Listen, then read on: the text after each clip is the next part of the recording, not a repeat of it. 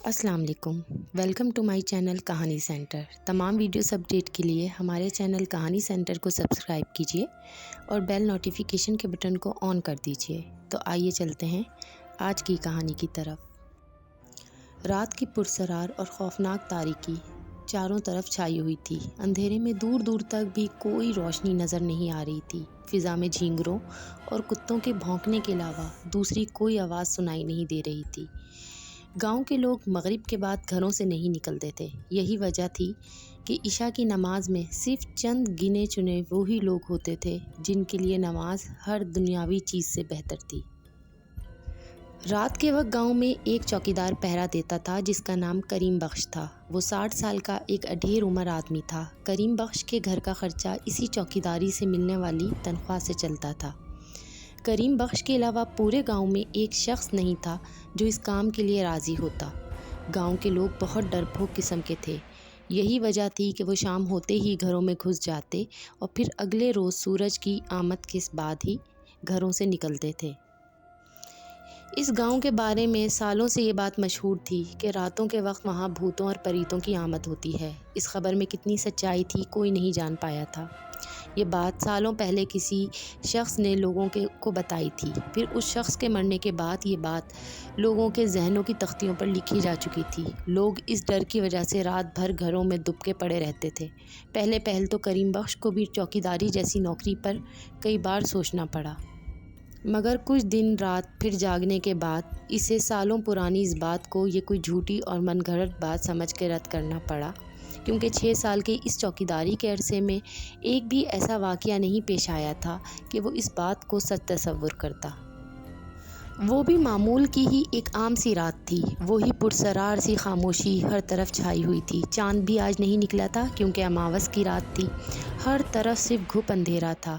ایسے میں کریم بخش اپنے پیچھے آنے والے سائے سے بھی گھبرا جاتا تھا۔ دل تو چاہ رہا تھا کہ سب کچھ چھوڑ چھاڑ کے فوراً اپنے گھر چلا جائے اور باقی سب کی طرح نیند کے مزے لوٹے، مگر اس صورت میں ایک بڑا نقصان ہو سکتا تھا۔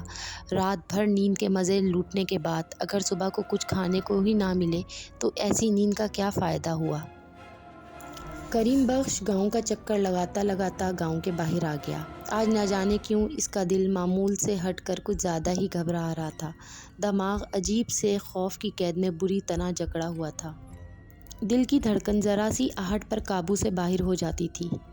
گاؤں کے باہر ایک پرانا مندر تھا۔ یہ مندر ہندوؤں کے زمانے کا تھا، اب بالکل تباہ ہو چکا تھا۔ دن کے وقت گاؤں کے فارغ لوگ وہاں سیڑھیوں پر بیٹھ کر حقے کے شغل لگاتے تھے۔ کریم بخش مندر کی سیڑھیوں پر آن بیٹھا اور دل ہی دل میں آیت الکرسی کا ورد کرنے لگا۔ وہ بار بار ادھر ادھر دیکھ رہا تھا۔ وہاں بیٹھے اسے تقریباً آدھا گھنٹہ گزر گیا۔